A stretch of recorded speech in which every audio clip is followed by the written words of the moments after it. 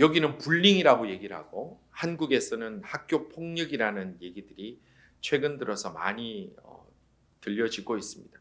우리 학교 폭력이라고 말하는 여러 가지 것들 중에 하나 여러분들 들어보셨을 분들이 많이 계실 텐데 어떤 일들이 있냐면 좀 이렇게 깡패 같은 아이들이 좀 못된 아이들이 힘이 없고 좀 약한 애를 불러가지고 그 심부름을 막 시키는 거예요. 하는 말로 빵 셔틀 이렇게도 시키는데 그냥 가서 너 매점 가서 뭐 빵 2개, 우유 2개, 뭐 과자 사와 이렇게 보내는 거예요. 돈도 아무것도 안 주고. 그러면 이 아이는 무서우니까 그 아이가 그렇게 하니까 가서 빵 사오고 이렇게 갖다 바치는 일을 하는데 제가 어느 기사에 보니까 그렇게 어떤 학생은 한 300여 차례를 그렇게 당한 것 때문에 경찰 조사까지 나간 그런 보고들을 봅니다. 그래서 그 사건을 이렇게 정리한 거 보니까 그 얘기는 뭐 범죄가 성립이 되는데 강요죄, 폭행죄, 공갈죄, 협박죄 4개가 동시에 적용되는 굉장히 심각한 범죄라고 그렇게 얘기합니다. 여러분들 학교 다닐 때 혹시 그렇게 심부름 해보신 분들 계십니까? 없습니까? 그럼 혹시 시킨 분들? 가해자는 더 곤란합니다. 지금 그런 일들이 굉장히 흔하답니다. 그런데 똑같이 빵을 사와라, 우유를 사와라 하더라도 엄마가 어린 자녀에게 심부름을 보낼 때는 그렇게 하지 않습니다. 심부름을 보낼 때는 어떻게 합니까? 빵 사러 우유 사라고 그러면 어떻게 해요? 요즘은 혼자는 잘 못 보내지만 보낼 때 조심해서 길 건너고 갈 때 가서 사올 때 있을 동안 용돈 돈도 살 돈도 주고 그리고 오면서 아이스크림도 하나 더 먹으면서 아이스크림 먹으면서 와라고 그렇게 합니다. 그것이 엄마입니다. 그냥 보내지 않습니다. 왜냐하면 그것이 물건이 필요한 것은 엄마고 자녀는 순종하는 것이고 그리고 그 자녀에게는 그것을 사올 능력과 돈이 없기 때문에 엄마는 그렇게 줘야 되는 것이 그것이 바로 정상적인 가정입니다. 오늘 성경에 보면 예수님께서 제자들에게 심부름을 시킵니다.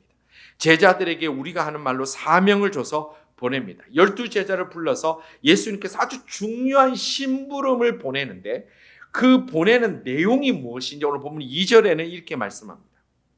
하나님의 나라를 전파하며 앓는 자를 고치게 하려고 심부름을 내보냈다. 사명을 주셨다. 성경은 그렇게 말씀하고 있습니다. 지금 2가지를 얘기를 하고 있습니다.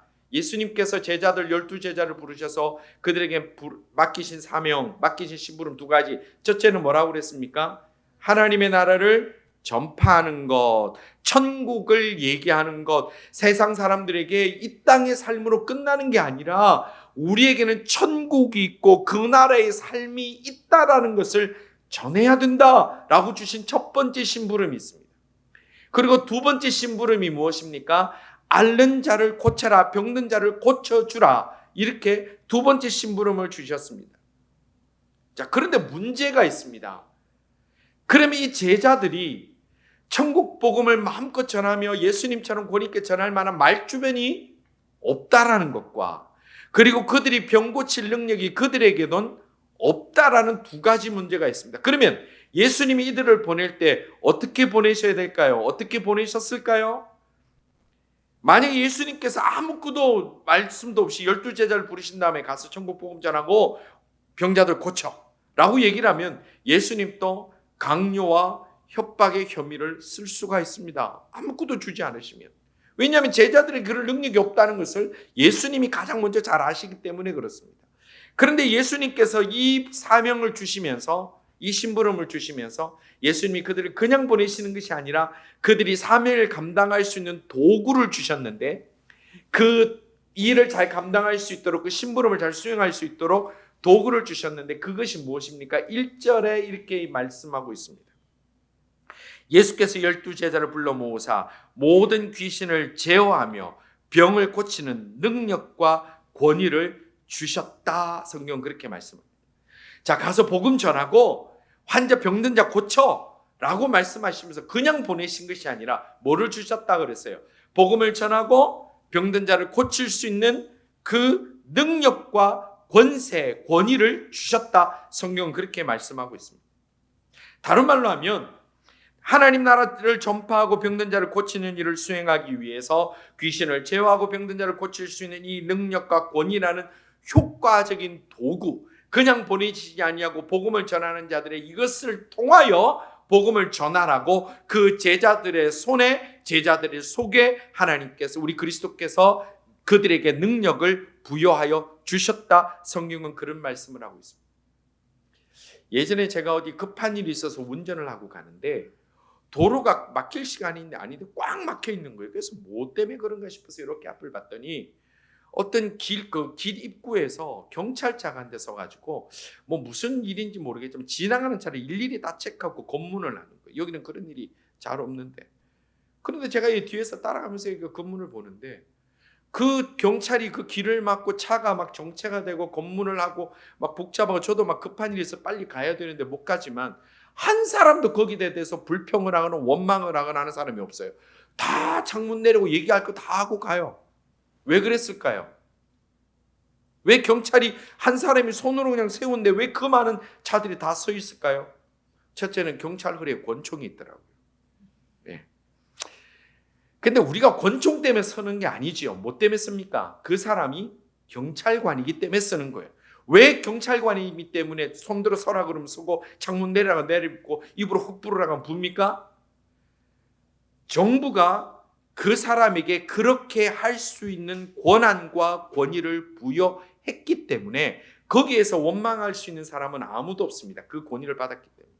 만약에 제가 목사의 권위로 오늘 베데스다 길을 막고 믿음으로 능치 못할 일이 없을 줄 내가 믿음으로 금식하여 지나가는 길 차들마다 손 내어서 세워가지고 창문 열어보세요 그러면 설 사람이 있을까요? 없을까요?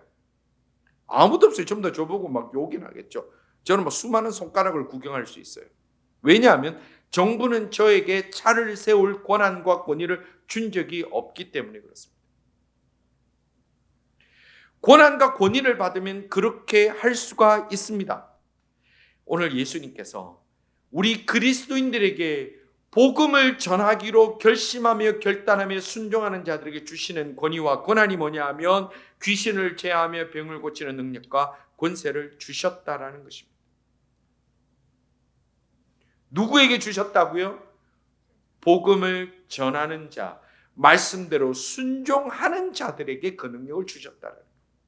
우리는 가끔 착각합니다. 하나님이 내게 지혜를 주시고 입술에 말을 붙여주시고 내가 치유의 능력을 이미 가지고 무슨 특별한 은사를 가져야 가서 복음을 전하는 것이 아니라 복음을 전하기로 순종하는 자에게 주님이 그것을 주신다라는 것입니다. 이것이 예수님의 약속입니다. 복음을 전하는 자에게 우리 주님이 주시는 놀라운 은혜를 분명히 체험할 수 있을 줄 믿고 나갈 수 있는 우리 모든 성도들 될 수 있기를 주님의 이름으로 축원합니다. 내가 진유의 은사가 있고 내가 치유의 능력이 있고 내가 사람들 한마디면 그 사람들이 내 한마디에 왔다 갔다 하고 막 변화가 되는 것이 아니라 그렇게 순종하기를 원하는 자들에게 하나님이 그 능력을 주신다는 거예요. 여러분들도 그렇게 저에게 얘기하는 분들을 제가 몇 번 봤는데 제 동기 중에도 그런 분이 있어요. 말을 더듬어요. 신학교 동기인데 신학생인데 신학교를 왔는데 말을 더듬어요. 어떻게 말을 전합니까? 우리가 얘기하면요 우리가 막 답답해요. 그분은 모든 게 다 느려요. 밥을 먹을 때도 저 같은 경우는 점심 저녁 두 끼 먹을 시간에 한 끼 먹고 있어요. 모든 게 슬로우 돼요. 근데 말도 느려요. 더듬거려. 근데 놀라운 게 뭔지 아십니까? 설교할 때는요 정산유수예요. 정산유수. 그러면서 제가 물어봤어요. 어떻게 그럴 수 있냐니까 자기도 잘 모르겠대요. 지금 굉장히 크게 사역하고 목회하고 있어요.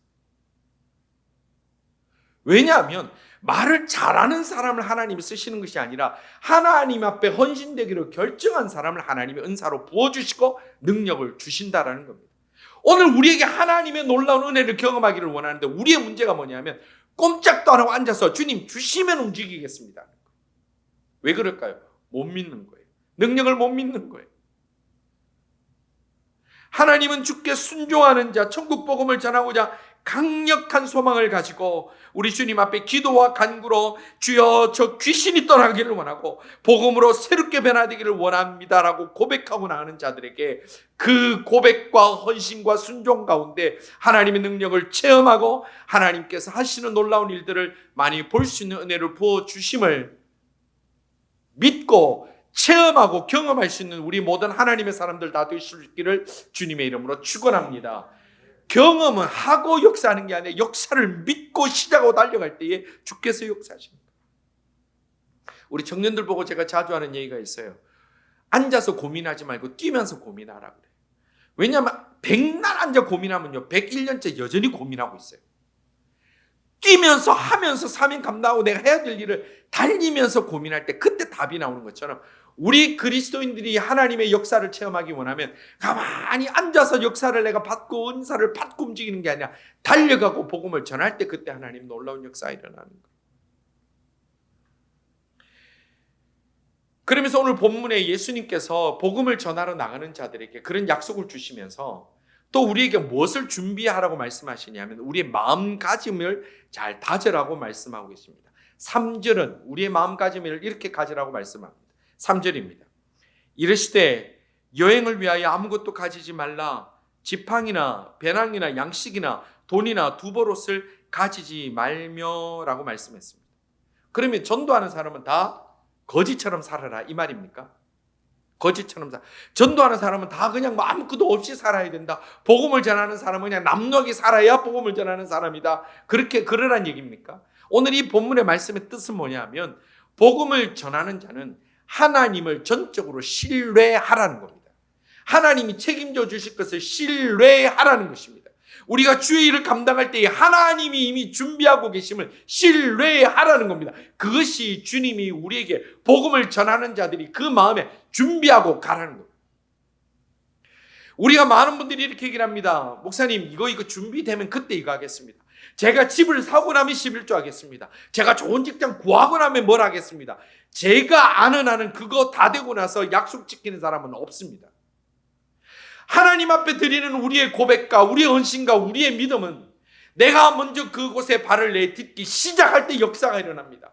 여리고 성을 향하여 나아가는 여리고 땅을 향하는 이스라엘 백성들이 법궤를 메고 그 발이 물에 닿을 때 요단강이 갈라지는 것이고 멈추는 것이지 요단강이 갈라진 후에 걷는 것이 아니라는 거예요. 그것이 하나님이 역사하는 방법이라는 겁니다. 오늘 우리가 하나님이 이거 다 해주시면 제가 그 다음 움직이겠습니다. 하나님이 이거 뭐가 끝나면 제가 움직이겠습니다. 그건 하나님이 원하시는 방법이 아닙니다. 주님은 믿고 담대하게 가라는 거예요. 신뢰하라는 거예요. 오늘 하나님께서 우리 백성들이 주의 백성들이 주를 믿고 주님이 저를 책임져 주실 주 믿습니다라고 고백하는 주의 백성들에게 하나님의 공급하심과 하나님이 주시는 힘을 체험할 수 있는 우리 모든 성도들 다 되기를 주님의 이름으로 축원합니다. 그런 체험들 많지 않나요? 그런 체험도 우리 많지 않나요? 내가 뭐 있어서 지금까지 왔습니까? 뭐가 다 갖춰져서 지금까지 감사하고 나올 수 있습니까? 아니에요. 오늘 본문에서 예수님께서 우리에게 주시는 이 신뢰하라는 얘기는 너무나 우리에게 중요하고 주님이 알아서 하신다는 거예요. 어떤 아빠가 퇴근하고 집을 갔어요. 그랬더니 5살짜리 아들이 온갖 근심 걱정 어린 눈으로 탁 있는 거예요. 가끔씩 우리 아이들 키우다 보면 쪼매난 것들이 막 걱정하는 거 많이 보지 않습니까? 막 걱정하는 거예요. 그래서 아빠가 물어봐요. 아들아 왜 무슨 걱정이 있어? 그랬더니 이 아들이 아빠 이 코로나 시대를 맞이하면서 세계 경제가 이렇게 어려움을 겪고 인플레이션이 지금 극을 치닫는 가운데 우리의 가정과 우리의 인생이 행복해질 수 있을까요? 아빠 이런 세계적 상황이 계속될 때 저는 언제쯤 행복해지며 언제쯤 취업했다가 제가 결혼이 가능할까요 아빠? 그럼 여러분들 뭐라고 그러실 것 같아요? 아이고 기특한 놈 그래요? 쓸데없는 생각 아직 빨리 들어가서 빨리 숙제나 해라고. 알고 꼭 숙제 안 한 것들이 오래 걱정해. 숙제 안 한 것들. 무슨 얘기? 아빠가 알아서 한다는 거. 그걸 왜 네가 걱정하냐? 그건 애 5살짜리 걱정할 게 아니에요. 복음을 전하는데 우리가 5살짜리가 이런 걱정하는 것처럼 우리가 걱정한다는 거예요. 우리 옛날 어릴 때 한번 생각해 보십시오. 여러분 처음 예수님 믿을 때 그 옛날의 신앙생활 한번 생각해 보십시오. 우리가 능력이 갖춰서 복음이 전파되고 우리가 뭔가 대단한 것을 할 수 있어서 하나님의 백성들이 죽게 나와 변화되는 것을 보았습니까? 아니에요. 아니에요. 주님이 알아서 하신다는 거예요. 걱정하지 말라는 거예요. 그래서 예수님께서 요한복음 14장 1절에 뭐라고 말씀하셨습니까? 자꾸 걱정이 많고 염려가 많은 우리들에게 주님께서 주시는 말씀이 너희는 마음에 근심하지 말라. 근심하지 말라. 하나님을 믿으니 또 나를 예수를 믿으라. 아멘 하십니까? 예수님 믿으십니까? 우리에게 지금 걱정거리, 근심거리가 얼마나 많이 있습니까? 복음을 전하는 것뿐만 아니라 우리를 괴롭히는 잠을 못 자게 하는 제목 여러분도 없으십니까? 정말 복된 거예요. 얼마나 많은 것들이 있습니까? 때로는 육신의 질병 때문에, 때로는 가정의 문제 때문에, 때로는 억울함 때문에 여러 가지 골치 아프고 신경 쓰는 일들이 얼마나 많습니까? 아무것도 염려하지 말라는 거예요. 마음에 근심하지 말라. 하나님을 믿으니 또 나를 믿으라. 내가 알아서 하겠다. 너희들은 내가 맡긴 심부름 그것만 잘하면 된다라는 거예요. 우리가 부모님이 자녀들 심부름 시키는데 심부름 가면서 자녀들이 온갖 걱정 다 하는 거예요. 아빠 이렇게 하면 어떻게 돼? 엄마 저렇게 하면 어떻게 돼? 늦으면 어떻게 해? 하면 어떻게 해? 그건 알아서 하겠다는 거예요.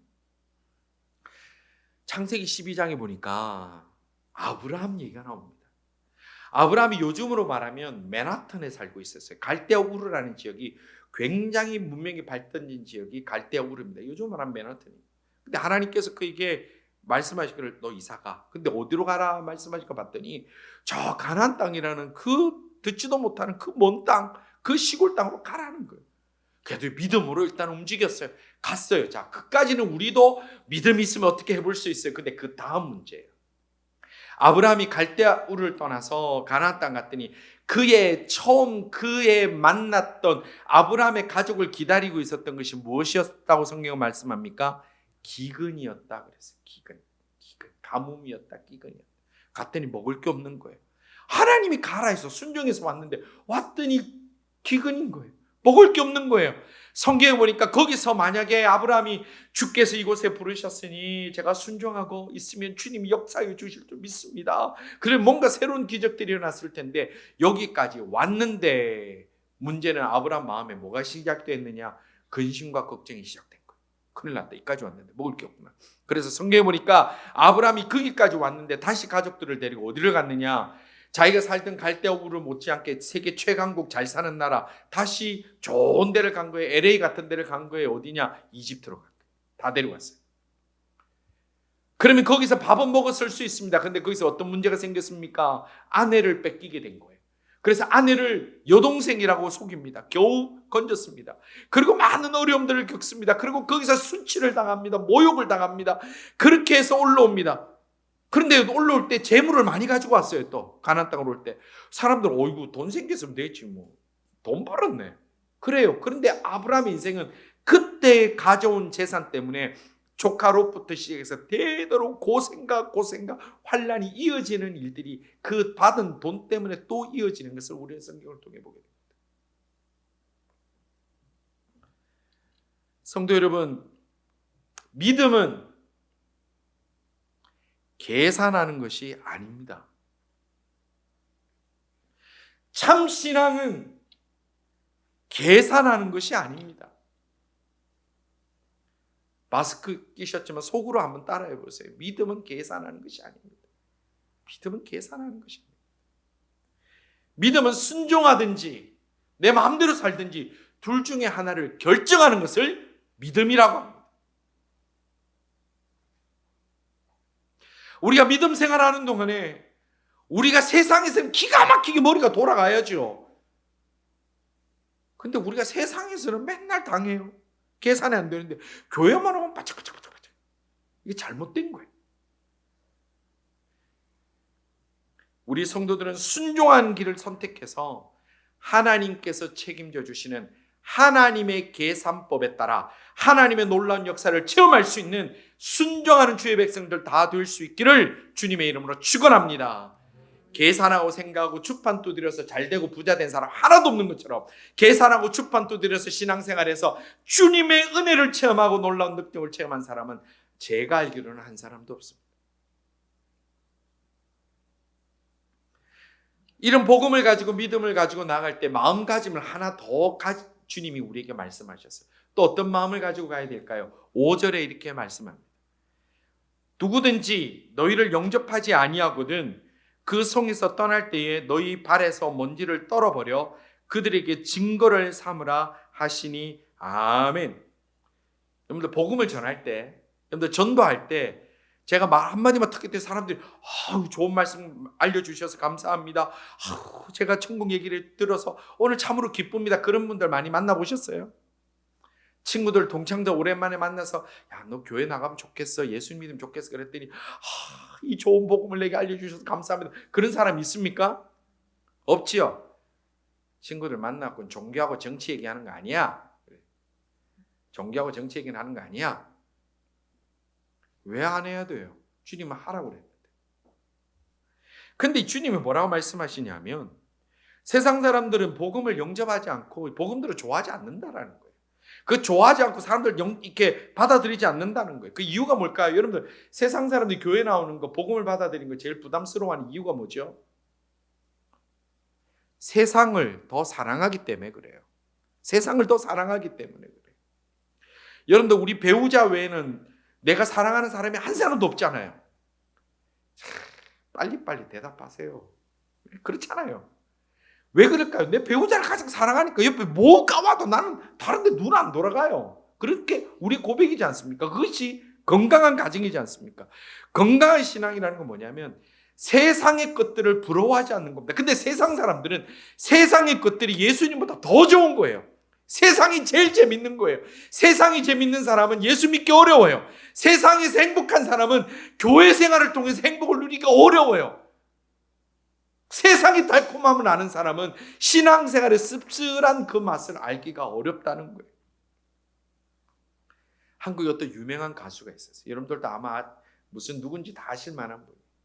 이분이 세계적인 전도자가 복음 전할 때 거기 다니면서 함께 찬양했던 찬양 사역자로 있었던 분이에요. 근데 어느 날 거기에서 자기가 나와서 그냥 따로 살기 시작한 거예요. 제가 그분 방송에서 한 얘기를 제가 직접 들었는데 그렇게 하더라고요. 왜 그러면 그만뒀습니까? 그랬더니 자기는 여자를 너무 좋아하는데 복음 전도팀이 같이 있으면 내가 좋아하는 다른 여러 여자들을 못 만나서 그게 불편해서 여자를 마음껏 만나고 싶어서 나왔다는, 그렇게 뻔뻔하게 얘기하는 사람 누군지 아시겠죠? 모르시면 나중에 와서 제가 여쭤보세요. 있어요. 너무 당당히 얘기를 하더라고요. 자기가 그게 좋으면 복음 못 전하는 거예요. 얼마 전부터 우리 교회에 이제 송 목사님, 송종만 목사님께서 전도로 담당해서 많이 수고해 주고 계십니다. 지난 목요일 날 우리 목사님 네 분이 갤러리아 목요일로 들었는데 갤러리아 앞에서 이제 전도지로 좀 전도를 하셨어요. 그 일을 저희한테 말씀하시면서 뭐라 말씀하시냐면, 목사님, 사람들이 다 저도 뭐 아는 척도 안 하고 쳐다보지도 않고 그냥 쑥 들어가요. 오히려 젊은 사람들이 그래도 받고 뭐 얘기를 좀 합니다. 사람들 참 무시합니다. 냉담하게 지나간다. 제가 여러분들 여쭤볼게요. 우리 송 목사님께서 그 갤러리 앞에서 사람들 앞에 무시받을 이유가 있나요? 뭐 거기서 혹시 돈 달라고 그러셨어요? 혹시 연세가 좀 뭐 작아서 나이 많은 사람들 무시받을 만한 이유가 있나요? 목사님도 그냥 쇼핑하러 들어가면요, 그 목사님 무시할 사람 아무도 없어요. 우리가 복음을 전할 때 환영받을 때보다는 냉담하게 거절당하거나 민망함을 경험할 때가 훨씬 많습니다. 그래서 예수님께서 복음을 전하는 자들에게 무슨 마음을 가짐을 가지라 했냐면 무시받을 각오를 하라는 거예요. 그것이 바로 5절 말씀. 무시받을 각오를 하라는 거예요. 우리 젊은이들 전도하셔야, 젊을 때 전도 안 하면요, 나이 들어서 정말 못합니다. 친구들에게 전도하면 이상한 애처럼 보입니다. 그러나 주님이 뭐라 하시냐면 무시받을 각오를 하라 그러셨어요. 무시받을 각오하라. 혹시 복음 전하기 위해서 무시받을 각오가 되신 분은 우리 송 목사님한테 연락하셔서 시간 맞춰 보십시오. 같이 무시받으러 갈 수 있습니다. 누구나 주의 복음을 위하여 무시받을 각오란 자들에게 하나님의 큰 능력과 권위가 함께 있음을 믿으시는 살아있는 그리스도인들 다 될 수 있기를 주님의 이름으로 축원합니다. 세상 사람들 존중받고 싶습니까? 쇼핑만 하면 아무도 나를 무시 안 합니다. 복음을 들고 서는 순간에 무시받습니다. 그러나 주님이 그 가운데 능력 주시고 기뻐하시고 하나님께서 우리에게 은혜 주신다는 거예요. 여러분들, 전도자라는 말은 그리스도인이라는 말과 같은 말입니다.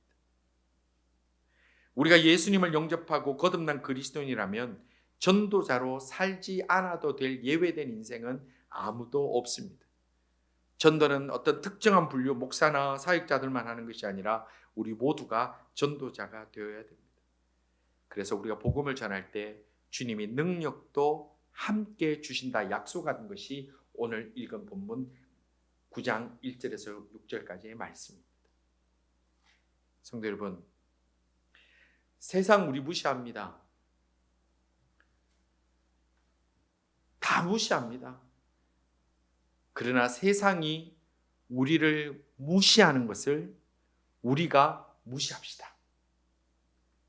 세상이 복음을 전하는 자를 무시할 때 우리가 그것을 무시하면 됩니다. 그리고 우리 주변에 아직도 복음을 들어야 될 사람들에게 복음을 전합시다. 교회를 다니다가 예전에 이미 나서 처음에 필요해서 교회를 다니다가 지금 교회를 떠난 사람들이 얼마나 많이 있습니까? 복음을 전합시다. 복음을 듣고 본인이 거부하면 그거는 뭐 어떻게 할 방법이 없어요. 예수님이 뭐라고 그러셨어요? 발에 먼지 털어버리고 나와버리라. 여러분들 교회를 이미 알고 신앙생활을 하다가 자기가 안 나오겠다면 그건 어떻게 방법이 없는 거예요. 마른 물가까지 끌고는 가지만 본인이 한 모금 마시고 안 먹겠다는데 그걸 뭐 어떻게 하겠습니까? 그러나 복음을 아직 알지 못하는 자들, 들어야 될 자들에게 우리 복음을 전할 때에 주께서 우리를 홀로 그냥 버려두지 아니하시고 우리들에게 능력을 주시고 은혜를 주심을 우리가 확실히 믿고 체험하고, 그래서 우리가 전도에 무장되고 그 무장으로 하나님의 능력으로 무장되어서 지금까지 살아왔던 신앙생활과 전혀 다른 새로운 경험들, 체험들을 우리가 다 같이 하면서 나아갈 수 있는 거룩한 하나님의 백성들 다 될 수 있기를 주님의 이름으로 축원합니다. 기도드리겠습니다. 아버지 하나님, 연약한 저희들에게 복음의 기쁨을 먼저 주신 것을 감사합니다. 하나님, 원하건대 저희들이 복음을 전하고자 하는, 때로는 무시받고자 하는 결단들을 하게 하여 주시사 복음으로 말미암아 하나님의 능력을 체험하며 저희들에게도 귀신이 떠나가며 병든 자가 치유되는 놀라운 은혜를 저희들도 직접 체험하며 목격하며 간증할 수 있는 성도들 다 되도록 주님이여 저희들의 마음과 생각을 다스려 주시고 저희들 결단하게 하여 주옵소서. 아버지 하나님, 성도들 가운데 육신의 질병 가운데 싸우며 투쟁하는 주의 백성들에게 은혜 위에 은혜 다하여 주시며 담대케 하여 주시며 주의 손으로 만져주시고, 삶의 여러 가지 눈물과 어려움 가운데 있는 주의 백성들도 주여 기억하여 주시며, 또 멀리 여행 중에 있고 멀리 또 방문하고 있는 많은 성도들이 있사오니 그 성도들도 주님 동행하여 주시사 어디에 있든 주를 떠나지 않고 주님과 동행하는 자들 다 될 수 있도록 주님이여 함께하여 주옵소서. 오늘 또 주여 저희들을 기억하여 주시기를 간절히 원하오며 예수님 이름으로 기도드리옵나이다. 아멘.